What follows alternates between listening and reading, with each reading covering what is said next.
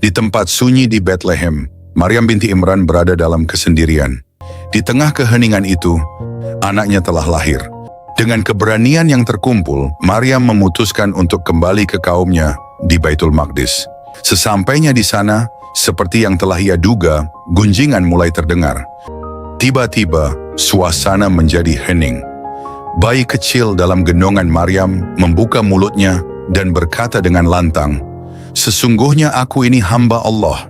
Dia memberiku Alkitab Injil dan dia menjadikan aku seorang nabi." Mukjizat itu membuat semua orang terdiam. Mereka yang sebelumnya mencemooh Maryam kini hanya bisa menunduk malu. Seiring waktu, Nabi Isa tumbuh menjadi seorang pemuda yang cerdas dan bijaksana. Suatu malam ketika Nabi Isa sedang bersujud di dekat sebuah batu besar, tiba-tiba cahaya terang muncul di hadapannya. Malaikat Jibril turun membawa wahyu dari Allah.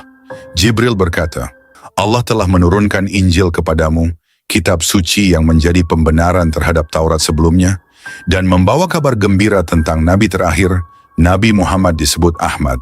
Semakin banyak orang yang mendengar dakwah Nabi Isa alaihissalam, semakin besar pula kebencian dan permusuhan dari kalangan Bani Israel yang kafir dan para pendeta yang merasa kedudukannya terancam.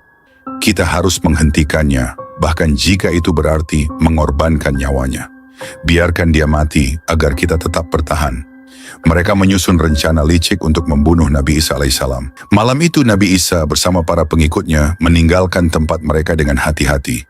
Mereka bergerak dalam kegelapan, menjauhi kota, dan mencari perlindungan di tempat yang lebih aman. Di sisi lain, seorang dari murid Nabi Isa, bernama Yudas, mulai tergoda oleh bujuk rayu kaum pendeta.